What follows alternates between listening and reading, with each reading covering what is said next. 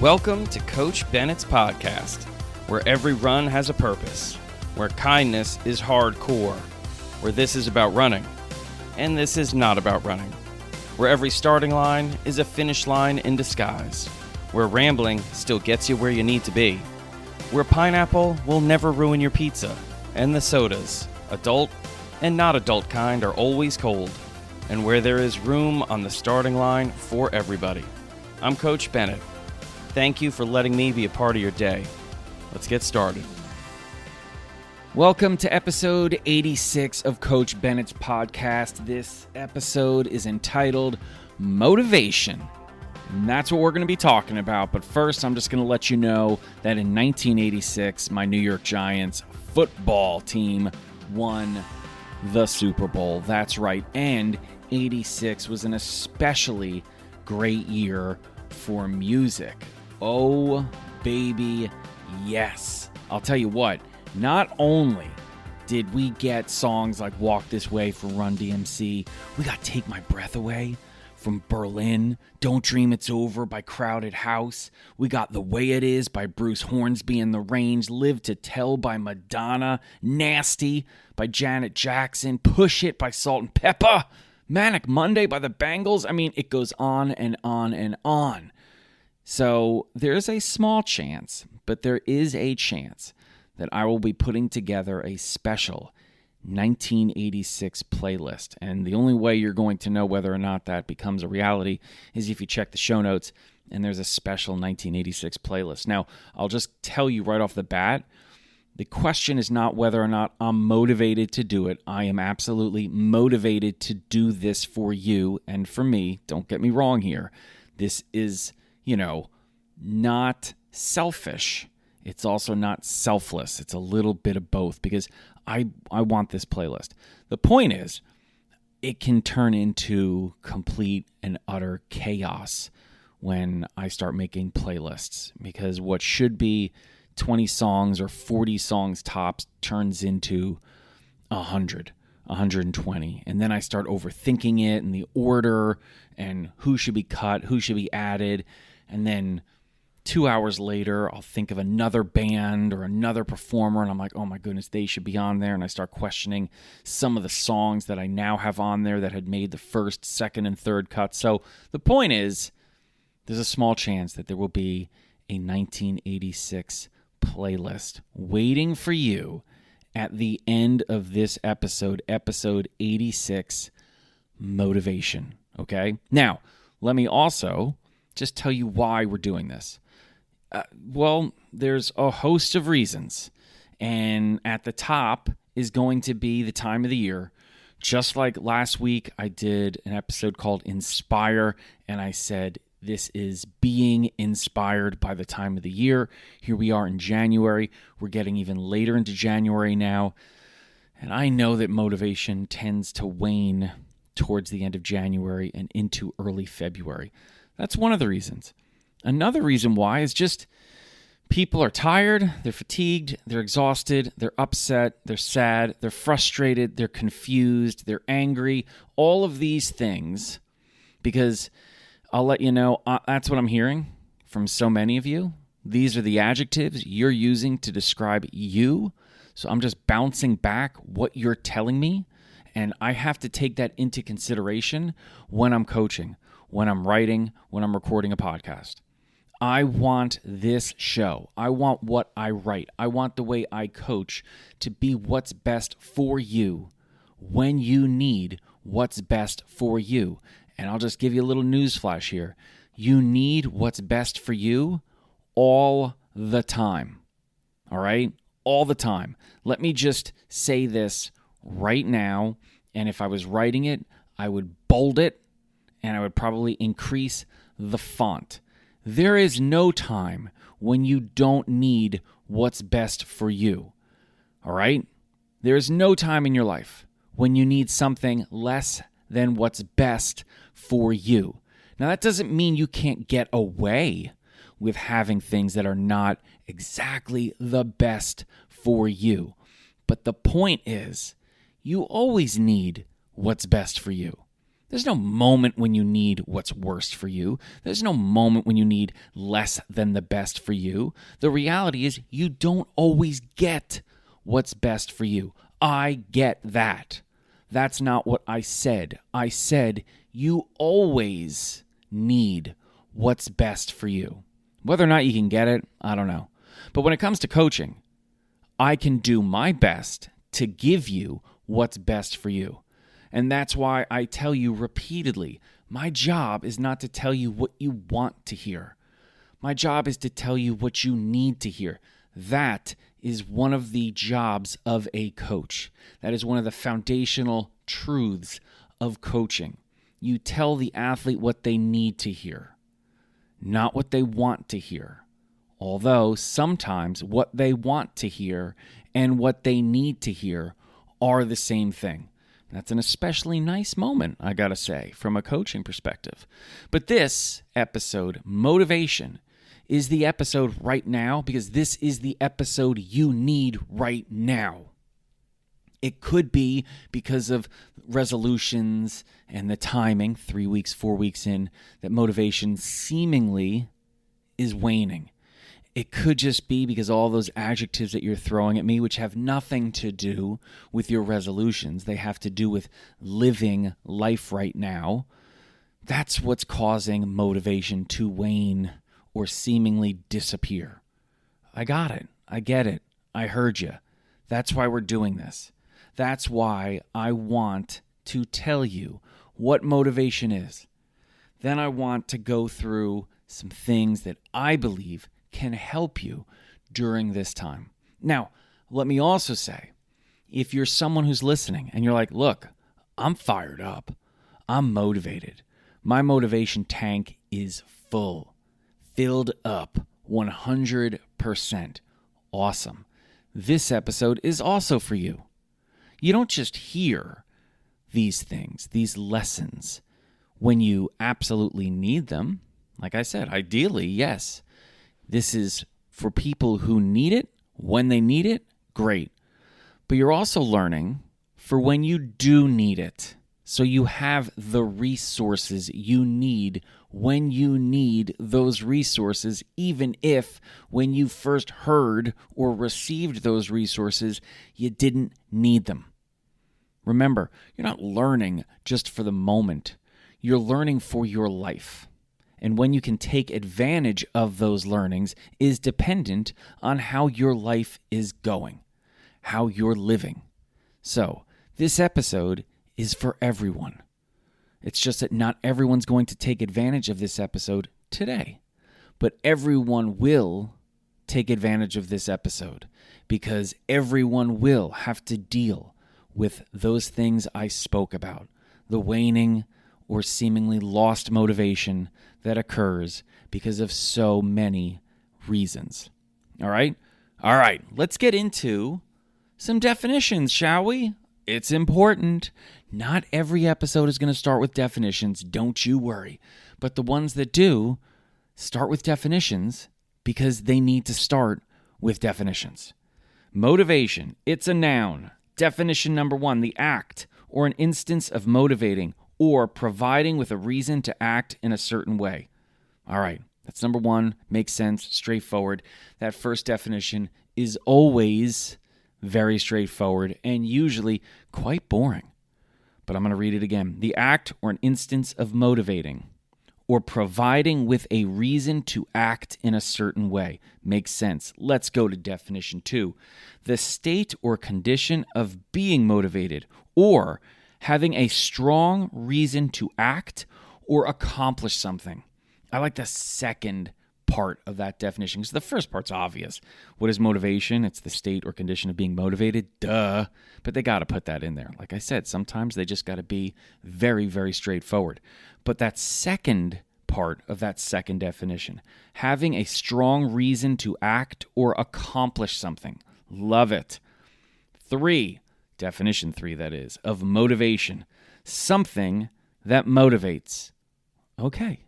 Now, again, that seems really obvious, but it's an important one, and we're going to come back to that because I want to go to the verb now, and as you know, I'm a verbs guy. So here we go. Motivate, to provide with a motive or a cause or reason to act. To provide with a motive or a cause or reason to act. Love it. Now, here are some synonyms for motivation, and then we're going to move on. Synonyms: impetus, cause, inducement, inspiration. Isn't that interesting, considering episode 85 was called Inspire? And motive. So those synonyms: impetus, cause, inducement, inspiration, motive. I love it. I absolutely love it. You know what another group of synonyms are for motivate? The verb: excite, inspire, persuade, which was an interesting one when that popped out. Persuade.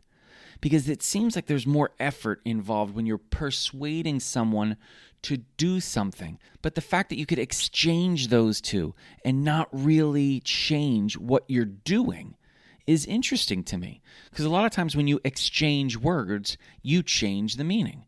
But this is a strong synonym, that word persuade.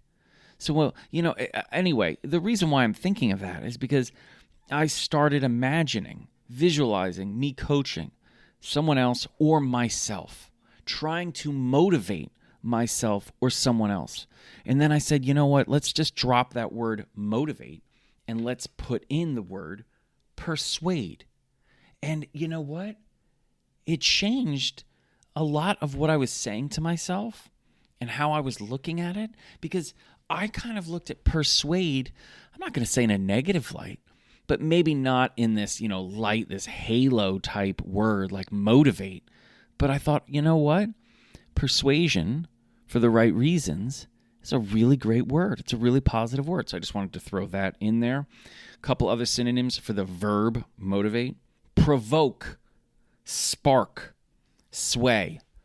Provoke, spark, sway. So there's a couple things that I'm going to bring up later on about some of these words, some of these synonyms for motivate, because it will change the way we look at what motivate means and how we can gain motivation, how we can be motivated. All right? I'm going to give you a couple antonyms here, because all of this is really just setting us up for the rest of the show. It's important to have these words bouncing around in your head. Now, let me just also pause here for just a moment, because if you're new to the show or you've just been listening to the last couple of shows, you may think, geez, this dude brings up the dictionary a lot. Look, I've been coaching for a really long time.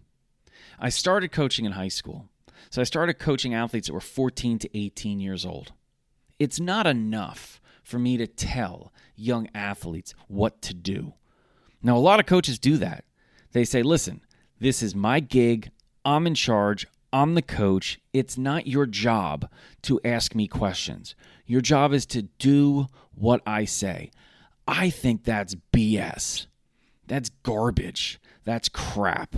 I think coaches that do that because they have no idea what they're doing. They can't answer the questions. That's why. I'm different. I know why I'm telling you what to do. I have no problem answering questions. But even more so, I know that if you know why we're doing what I'm telling you to do, you're going to do it better. You're going to have a better chance to be motivated if you know why we're doing what we're doing. If you understand the reason why we're doing an easy run today, or a tempo run tomorrow, or intervals in 4 days, or a long run in 6 days. If you know why we're doing it, what the benefits are of doing it, what to look out for when you're doing it, some of the mistakes that can possibly be made, some better decisions you could make on those runs, you're going to do the runs better.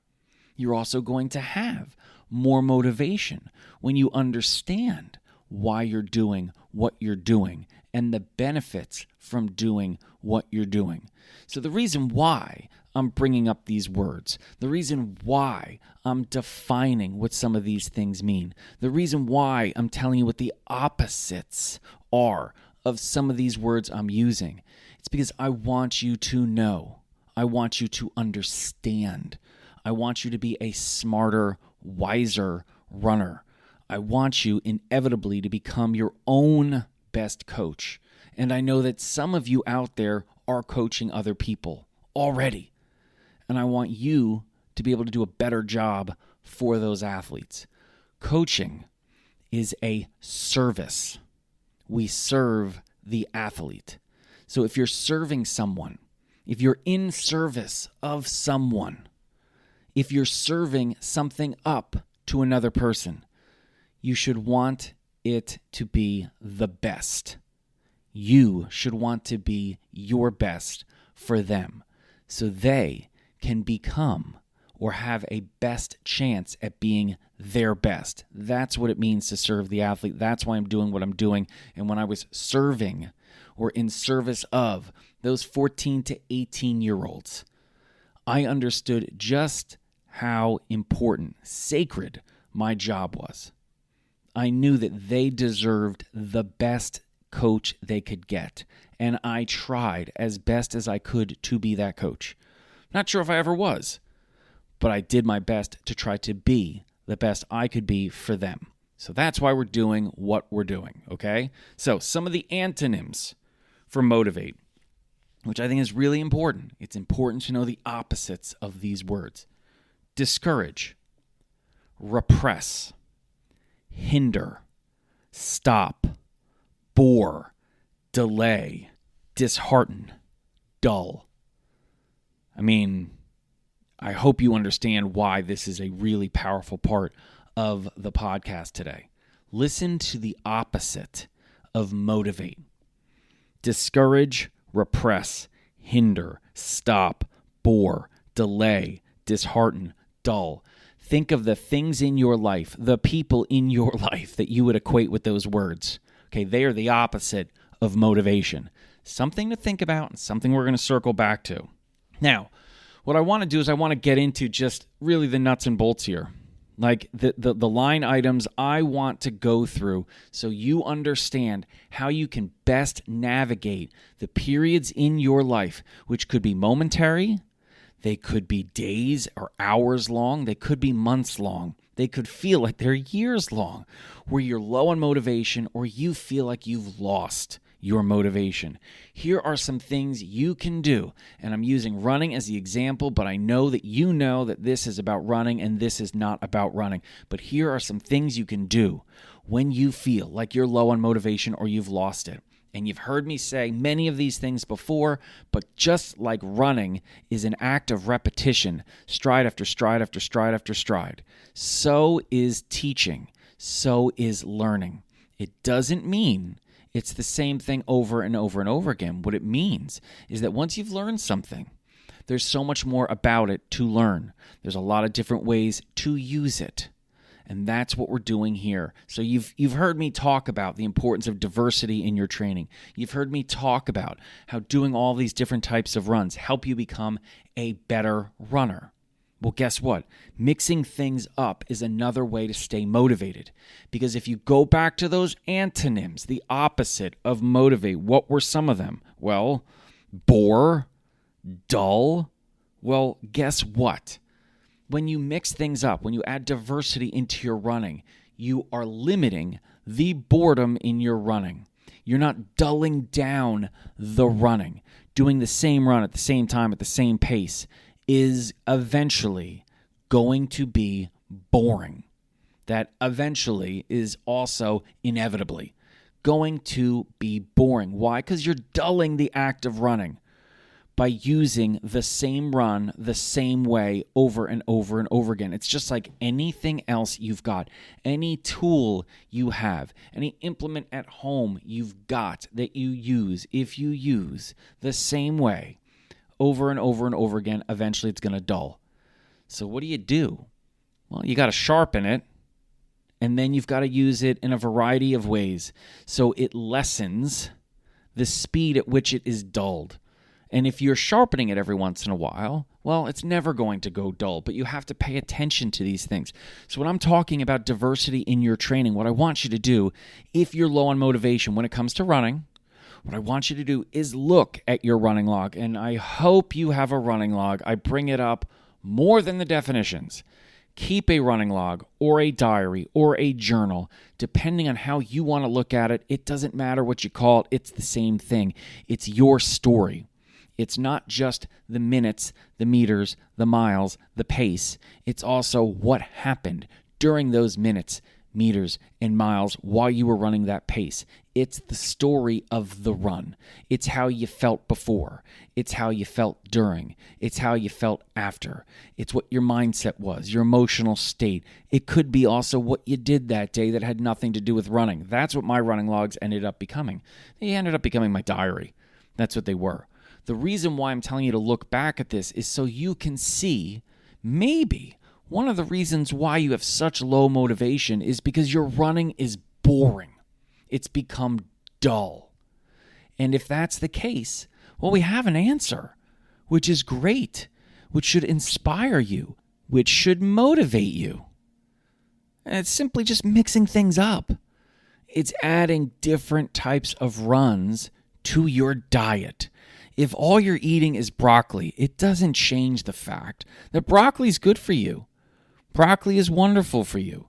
But guess what? You're not getting all the nutrients you need. You should have different things that you're eating on that plate. And I'll tell you what, it will become more enjoyable if you have diversity in what you're eating. The other thing is, if you're not trying new things, you don't know what you're missing. There may be other vegetables and other dishes that you love, but you've never given the opportunity to fall in love with. That is one of the reasons why if you bring diversity into your training, you're going to become a better runner. And what's going to happen is you're going to be more likely to be motivated because your running isn't going to be so freaking boring. Now, what can you do? Well, after you've looked at your training manual, after you've looked at your training diary or journal or log, what you're going to realize is, all right, what's missing? And there's probably something missing, right? So let's just, for the sake of this exercise, imagine that there's a lot missing. All you're doing are easy runs that are like 15 or 20 minutes long, which, great. You know what? You're running consistently. That's awesome. Could it be more awesome? Yes. And that's a question you need to keep asking throughout your life. Could it be better? When I was coaching, I do this all the time. Could it be better? Even when there's great success. It's a wonderful question to ask. It doesn't mean you're never satisfied. It doesn't mean you'll never be satiated. And by the way, I love that word satiated, like there's an insatiable appetite for success and love and joy, which is wonderful. It doesn't mean you have to be unsatisfied. It means that there can be more, that it could be better. It doesn't mean that what it is not great, is not awesome, is not exactly what it should be. The point is, it's okay to ask when you've had success. Could I have been more successful? Could I have done things differently? And have fun with it. It's not a negative. It's not a criticism. At least it shouldn't be. It can turn into that.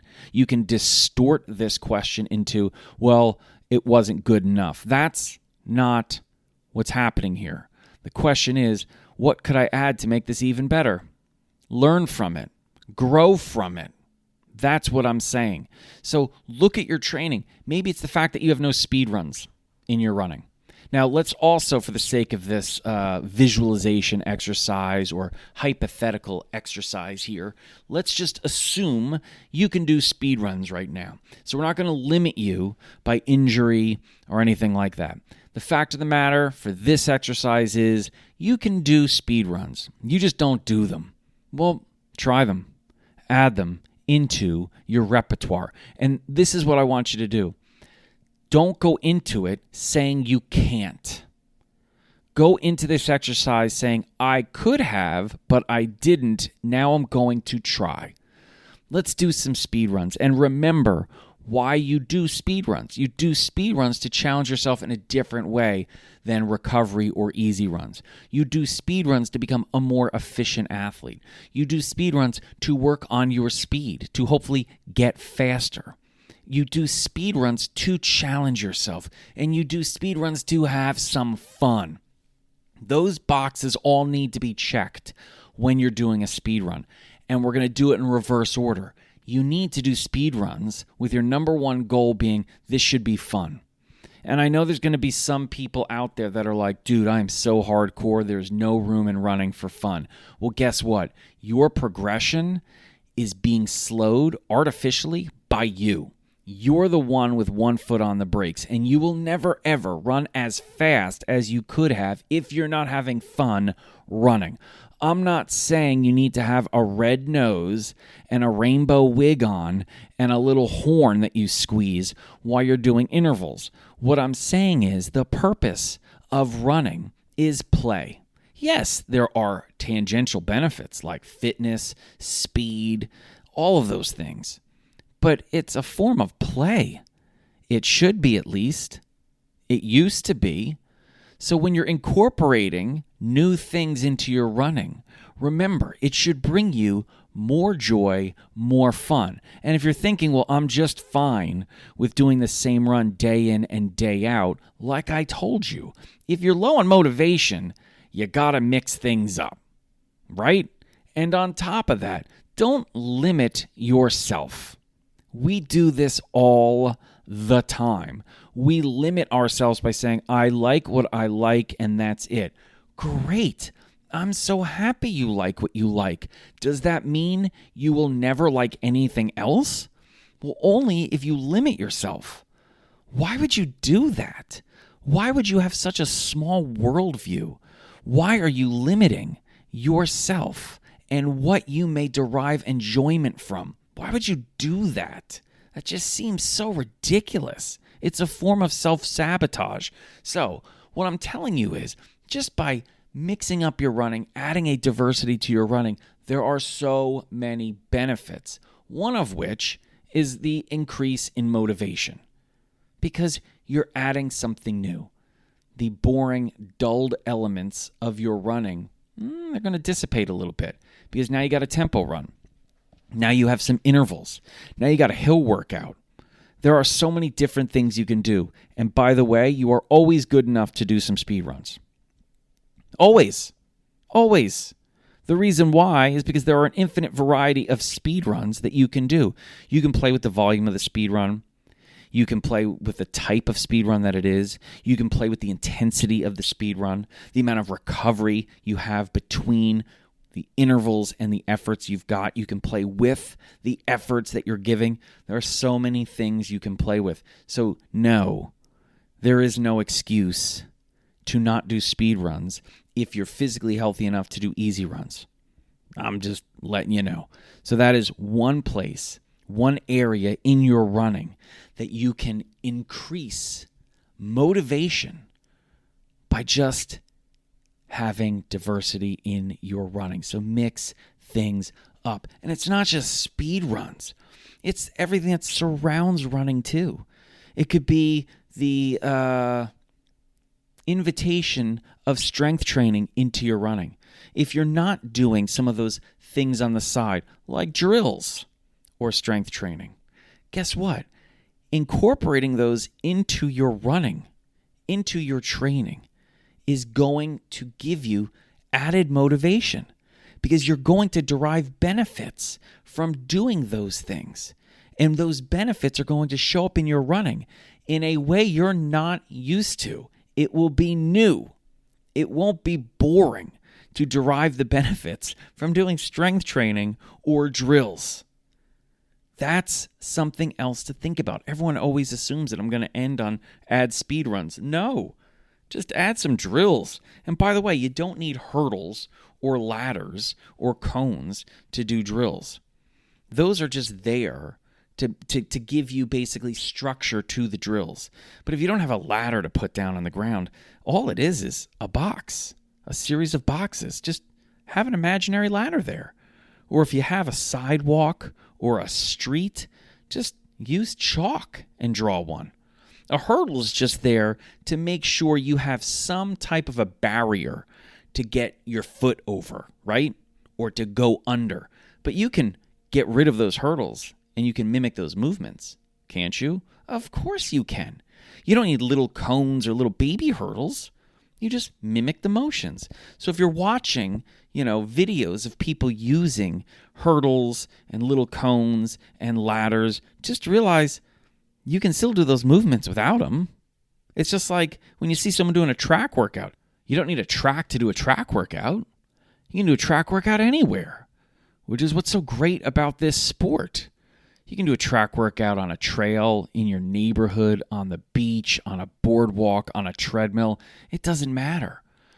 So again, don't limit what you can do based on just what you've done, right? All right, another thing I want you to do is think big and act small.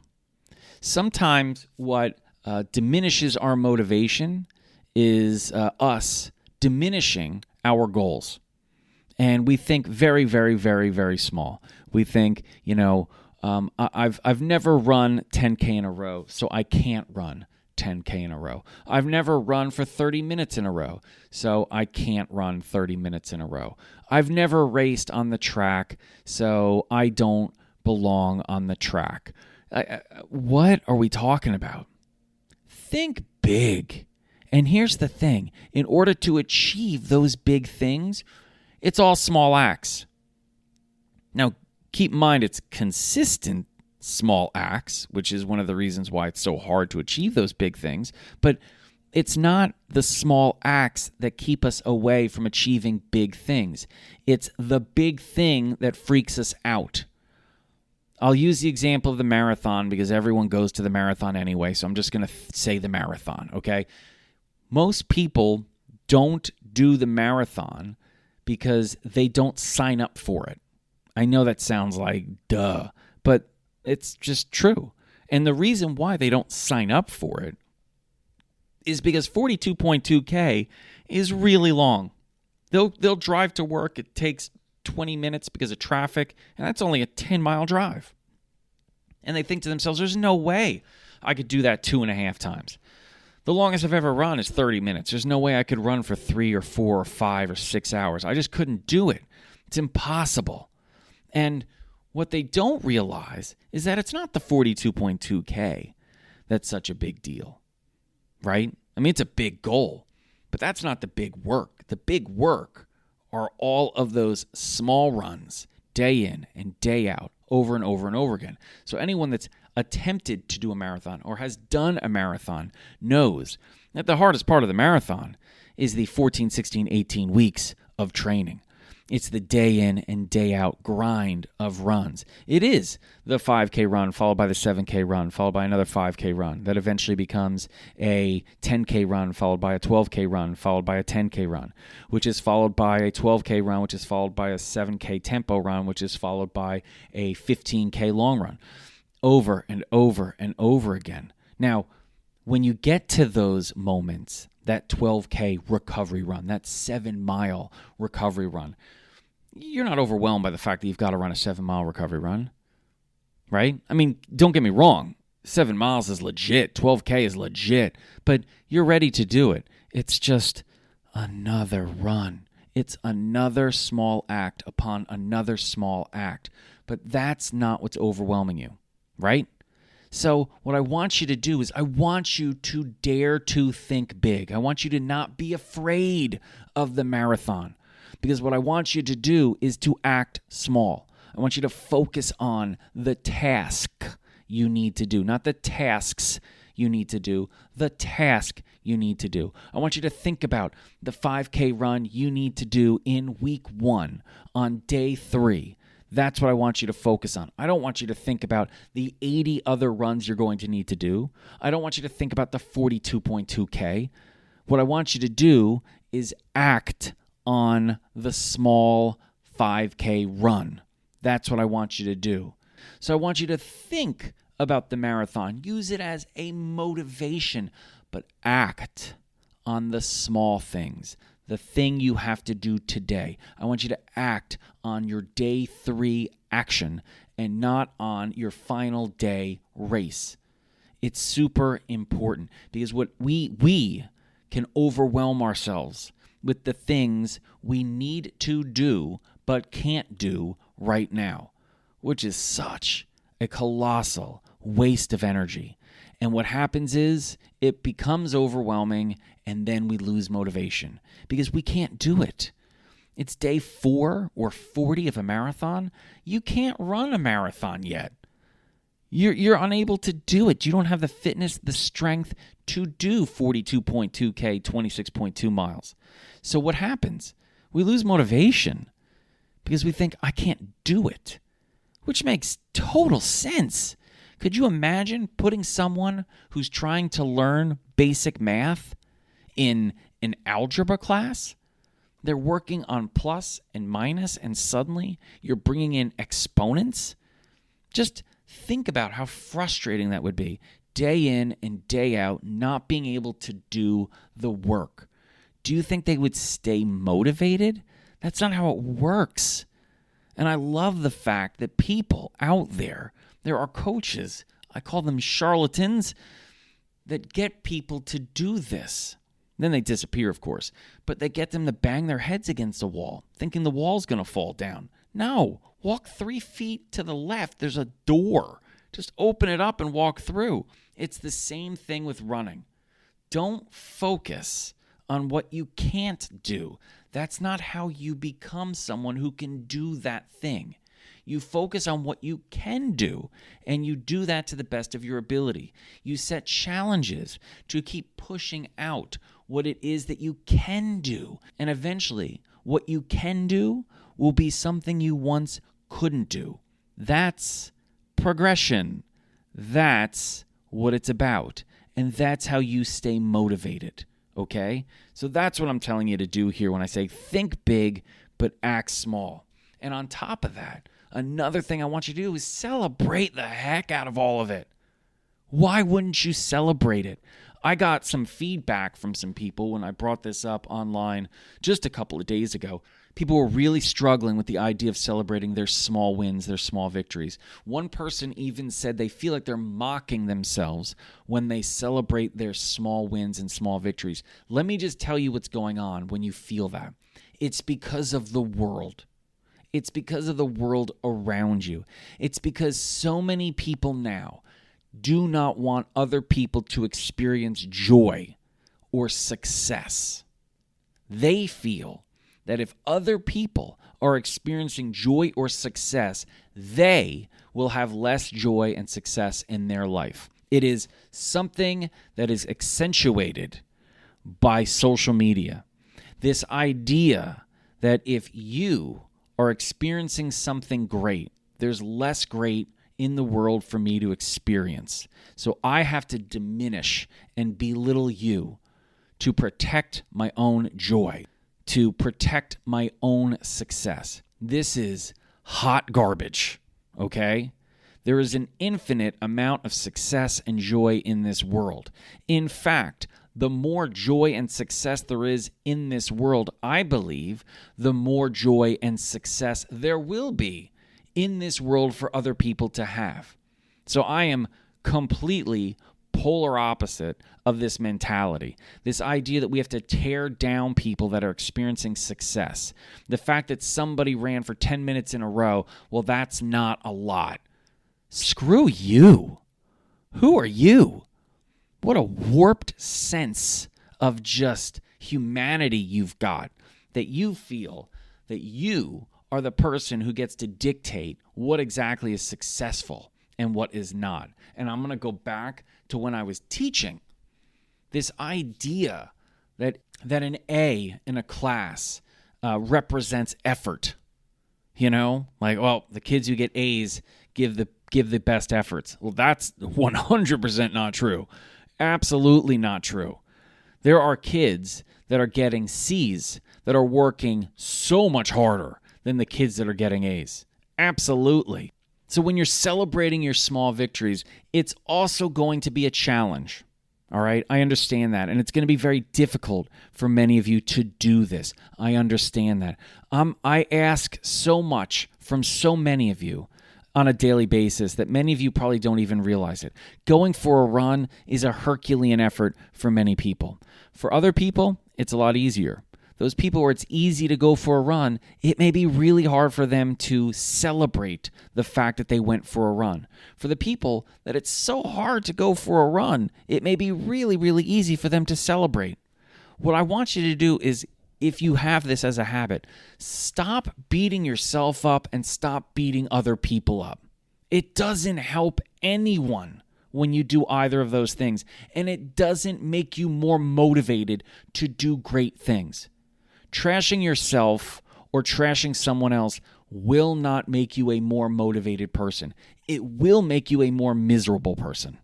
And miserable people tend to have less motivation. And if you're a miserable person out there and you're like, I'm motivated, I don't know what you're talking about. Well, guess what, you miserable person? You could be more motivated, right? Yeah, I'm right. Deal with it. Let's move on. Another thing is help others, which is the opposite of what I was talking about with these miserable people diminishing other people. You want to be motivated, and you feel, once again, that maybe your motivation is low or you've lost motivation, find someone to help and help them. That's one of the best things you can do. One of the best surefire things you can do to increase your motivation or feel motivated. When I would have athletes that would be tired towards the end of a workout, I would go up to them. I'd acknowledge that I see that they're tired, that they're fatigued. I would make sure they're okay. And then I would say, can you help so-and-so back there? Can you do that on the next interval? If you were with me at a live event, there's a good chance I may have done this with you. And I'm going to tell you why I did it. I would find you. I would see that you were struggling a little bit. I could see that you were tired. And I would say, if you're okay, could you help this person over here on the next interval? And I would probably tell you, they're struggling too. And I think they would really benefit from you leading on this interval. Can you do that? I never had someone say no. And I never had someone not look better on that next interval. Now, why? Because they were helping someone else. We will always dig deeper for someone else than we will for ourselves. That is not a negative thing. Some people hear that and they're like, oh, that's terrible. No, that's not terrible. That's what it means to be a human. To care more for your fellow human than you do for yourself is not a negative thing. It's a beautiful thing. What you want to make sure is that you care for yourself too. That you take care of yourself too. It's like when you're on an airplane. What do they tell you about the oxygen masks? Put yours on first, then help the people around you. Why? Because you'll be able to help more people around you if you have helped yourself. That doesn't mean be selfish. It doesn't say put on your oxygen mask and don't help. It's put on your oxygen mask so you can help others better. All right? So when I'm asking you to go out and help someone else at the end of a speed run, you are helping someone else, but you're also helping yourself. You're giving yourself a different motivation, a new spark at the end of the run. You're tapping into something different, something selfless. And in doing so, you are helping yourself. Pretty magical. Pretty sneaky as a coach too, but it's magical. The other thing is, and you've heard me say this before, is measure success as many ways as you can. When you are low on motivation, okay, what normally happens is you go negative. You walk around the house because you can't start a run. You start thinking about all the things that you're not going to do and how pointless everything you are doing is, and you just tend to mope, all right? And what I would recommend you do is you spend some time when you're low on motivation thinking of everything you've accomplished, thinking of everything you've achieved, thinking of the goals that maybe you've set and how badass it is to set big, nasty, kick-ass goals. I want you to think about the challenges in your life that you're dealing with. I want you to think about the challenge of this run that maybe you're not motivated to do is. Because I'll tell you what, if you give yourself some time, that grace, to celebrate yourself, to measure some of the successes that you've earned in your life, to think about the fact that, guess what, it's not easy going for a run all the time. Most of the time, it's probably not easy. And that's what you're struggling with right now. That's pretty awesome. Think about what, in fact, you're struggling with. You're struggling with crossing a starting line that leads to a run. Can we just stop for a second and realize how awesome that is? Because you don't have to go for a run. You don't. No one's making you go for a run. You're trying to get the energy to get to a starting line, cross it, and run. And you're struggling with it. Okay, what does struggling mean? Everyone at once. 1, 2, 3. Struggling does not mean failure. Struggling means successfully not giving up. Why are we not walking around the house realizing, yeah, I'm successfully not giving up. I'm struggling right now with starting this run, but I am not giving up this struggle. All right, that's a success. And that is something to remember when you eventually go on the run, that this is a muscle, this struggle muscle that you have built up, that you have strengthened. And that's one of the reasons why you're doing what you're doing. That's one of the reasons why you keep coming back to a starting line. It's one of the reasons why you're accomplishing what you've accomplished and you're achieving what you've achieved. Woo! Not sure if the grammar there made sense, but it doesn't matter. So yeah, measure your success as many ways as you can, because one of the other ways to stay motivated is to continually challenge yourself, to push yourself. And if you're going to be challenging yourself, if you're going to be pushing yourself, well, guess what? You need to be measuring success as many ways as you can. If you want to last in this sport, and this sport can be a lifelong sport, and guess what? This is about running. This is not about running. You are going to need to measure success as many ways as you can and continue to challenge yourself as many ways as you can. So keep challenging yourself. Keep measuring success as many ways as you can. Those two things work in tandem, okay?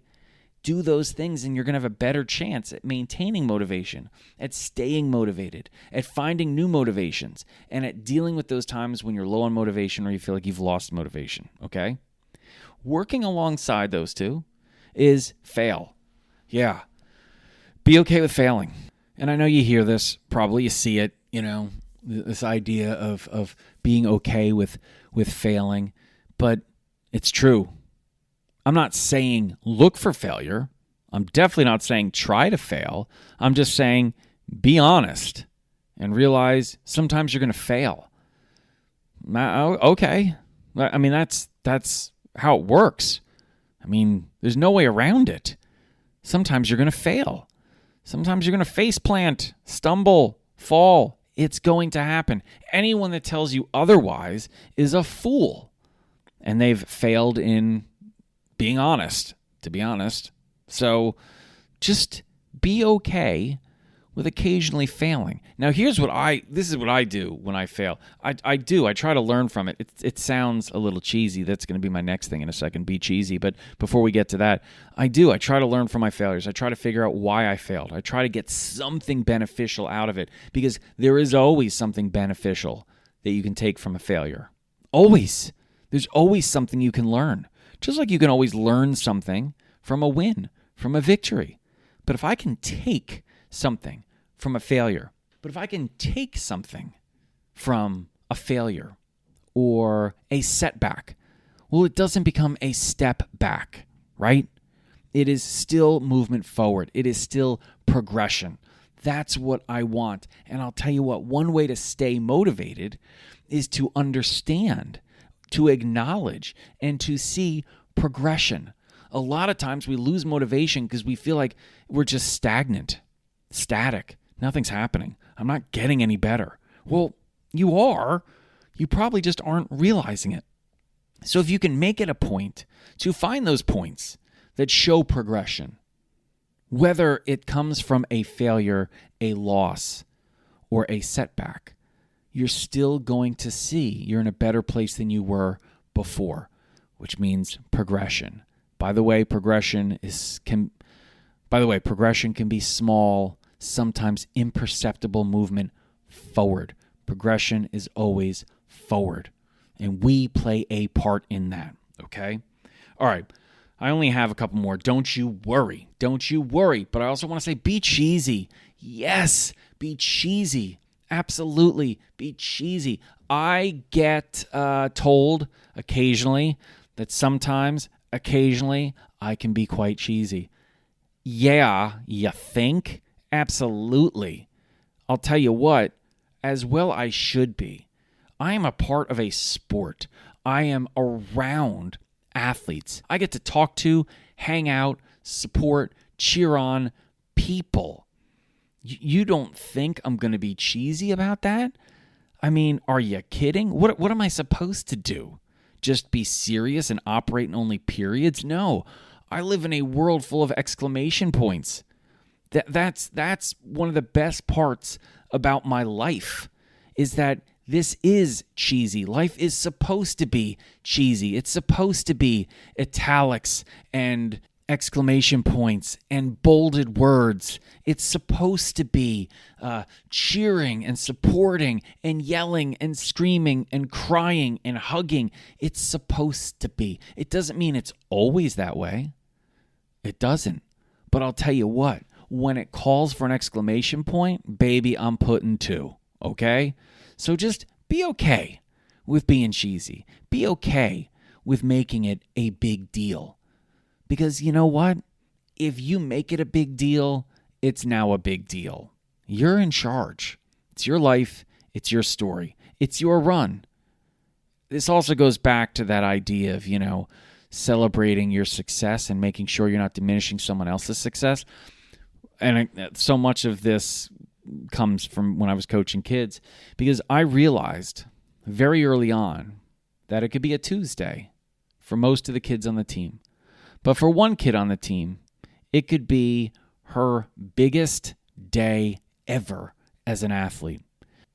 It could be the first time that she finishes a run with Group B.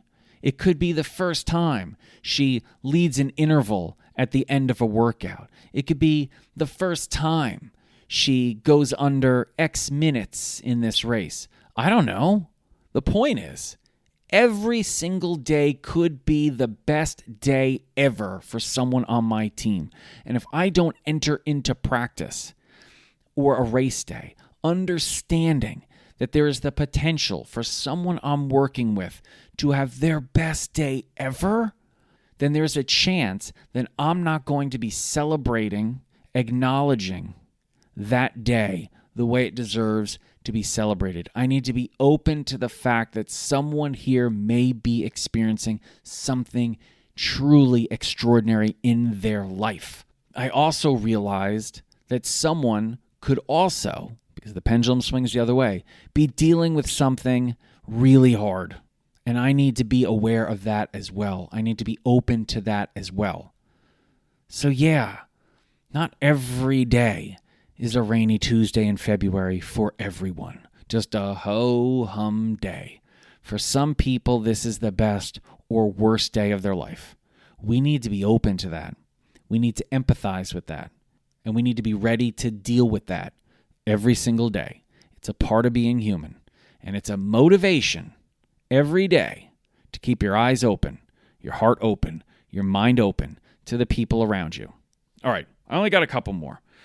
And that's really just places to look when you're low on motivation. And I'm just going to tell you what I do. When I'm low on motivation, I make sure I'm not apart from the people in my life that I need to be around. And this tends to happen with athletes, especially. When they become low on motivation, they go into a cave. It happens. And it's the opposite of what they should do. They should come out of that cave, and they should be around their team. They should be around the people in their life that do those things that lead to motivation. Remember those synonyms? Excite, inspire, provoke, spark, sway. You want to be around those people. You want to be around those things. But what happens when we lose motivation, we kind of lose our bearings, and we go away from those things as opposed to going to those things, towards those things. That's what you need to do. Remind yourself, write it down. These are the people. These are the places. These are the things that motivate me. So when you feel like you're low on motivation, like you need to fill up your tank because it feels like you're driving on empty, which, by the way, when it hits E and you're driving on empty, you still got a couple more miles. Just get to the gas station. All right? Too many of us think, well, I'm either going to pull over now or I'm going to keep driving until I'm completely out. No, you got a couple more miles. Get to a filling station. That's what you need to do when you're on E. You still got some time. So find those people, those filling stations in your life, those people that will inspire you, those people that will excite you, those people that will give you a spark.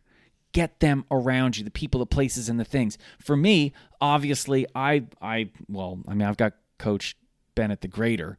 Tammy, she's my spark. I make sure I'm around her. So when I'm low on motivation, it's not always the easiest thing to do, but I admit to her, hey, listen, I'm struggling right now. I know it's going to help. Doesn't mean it's easy. And oftentimes the things that help us are the hardest things to do. But if you want a reminder that you're strong, ask someone for help, because it takes an incredible amount of strength to ask for help. It's also a sign of confidence to ask for help. And asking for help means you've got hope. Whew, that's pretty good, I gotta say. Knowing you're strong, knowing you got hope, and knowing you're confident, I mean, that's a pretty nice triumvirate when you're low on motivation. You know what I mean? So if that doesn't motivate you to keep going, I don't know. So surround yourself with the people, the places, and the things. So like I said, Coach Tammy is one of them.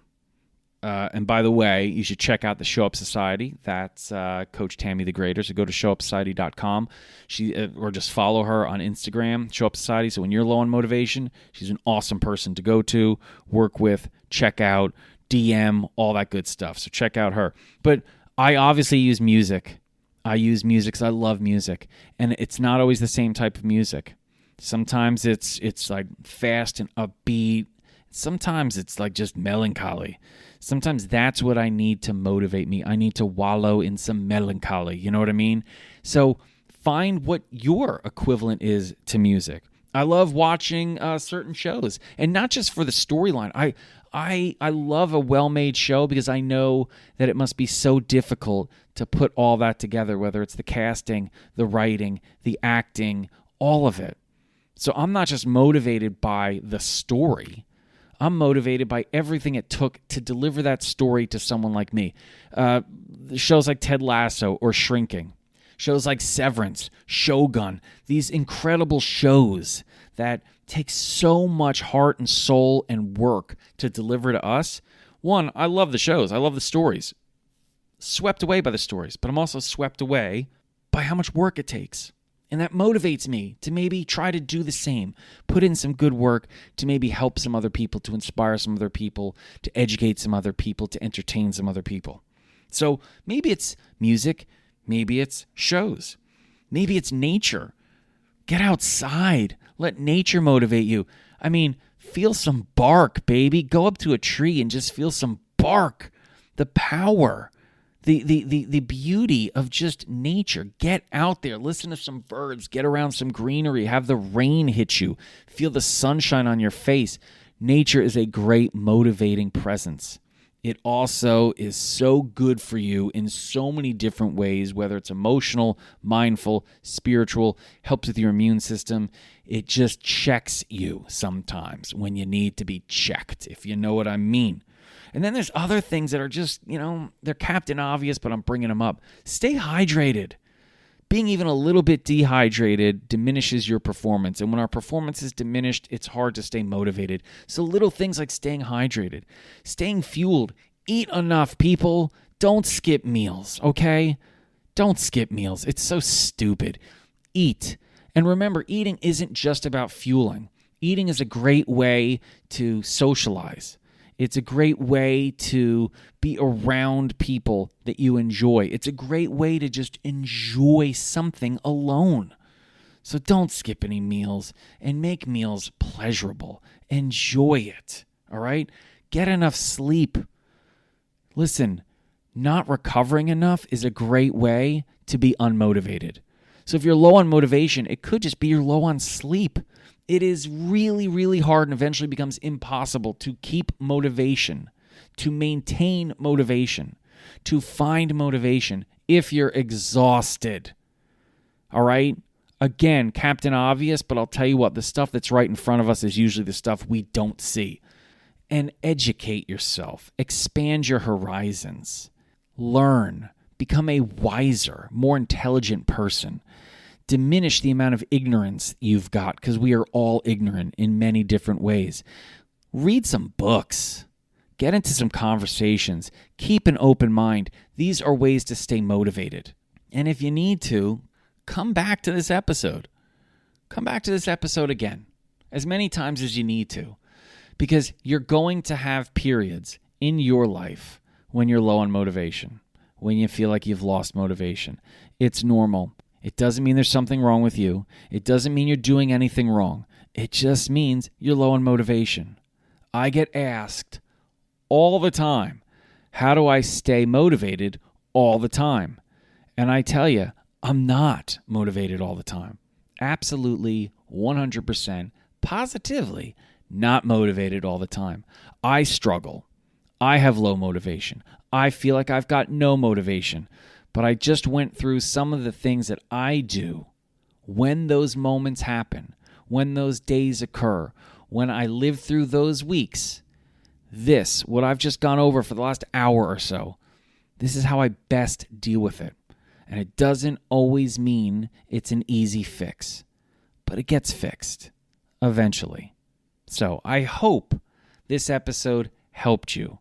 And I hope you know just how thankful I am that you're listening to the show, that you're supporting the show.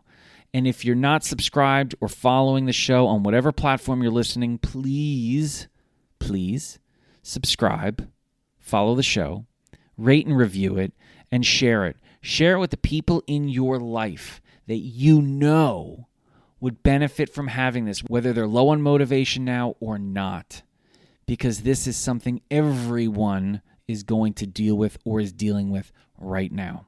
So share the episode. And if you tag me, I'll celebrate it too. We can just, like I said, we need more celebration, not less celebration. So thank you for listening to episode 86, and check out the show notes. Hopefully I'll have an 86 playlist in there. There's also a link to Best Runner Ever Winter Edition, which is starting very, very soon, less than 2 weeks. We'd love to have you a part of that community. You want to talk about motivation.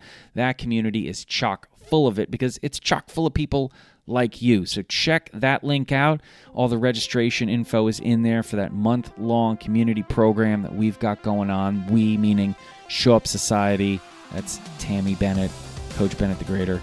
Anyway, we're really looking forward to that starting on February 1st, so check out all the details in the show notes. The link is there.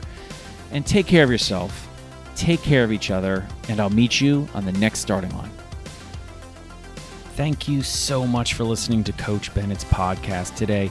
And if you haven't already subscribed or set yourself as a follower to the podcast, I really hope you would.